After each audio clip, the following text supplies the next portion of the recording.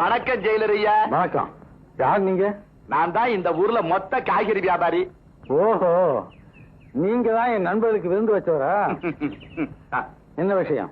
வியாபார விஷயமா உங்களை கொஞ்சம் தனியா கண்டுக்கலாம்னு. நான் வியாபாரி இல்லையே. மன்னிக்கணும். இங்க விளையிற காய்கறிங்க எல்லாத்தையும் நானே வாங்கிக்கிறேன். நீங்க வீதியில விக்கிற விலைய உங்க வீட்லயே தந்துடுறேன். அதான் எவ்வளவு பெரிய பரோபகாரம் உள்ளோம். எங்க கிட்ட உணவுப் பொருட்களை குறைஞ்ச விலைக்கு வாங்கி 1/10 அதிக லாபம் வச்சு மக்களை ஏமாத்திக்கிட்டு உங்க பணப்பட்டியை நிரப்பணும். இதுதான் உங்க திட்டம். அதுதானுங்க வியாபாரம்.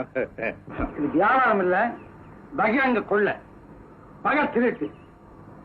உழைக்கிறவருக்கும் வாங்குறவங்களுக்கும் இடையே நின்று அவங்க ரத்தத்தை உறிஞ்ச ஓனாக நீங்க தான். உங்களை போன்ற இடைத்தரகளால் தான் விலைவாசிகள் எல்லாம் உயர்ந்து நானே குட்டிச்சோராய் போய் மக்கள் அவதிப்படுறாங்க. அதெல்லாம் இருக்கட்டுங்க.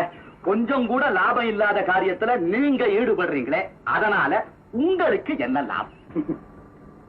எனக்கு என்ன லாபமா? மரம் பழுக்குதே, அதுக்கு என்ன லாபம்? மழை பொழியுதே, அதுக்கு என்ன லாபம்? நதி ஓடுதே, அதுக்கு என்ன லாபம்? பிறருக்காக வாழ்வதே மாந்த கடமைன்னு விவேகானந்தே சொல்லியிருக்கார். சமுதாயமே கெட்டு போன பிறகு உங்களை போன்ற தனிப்பட்டவர்கள் மட்டும் சுகமா வாழ முடியும்னு நம்புறீங்களா?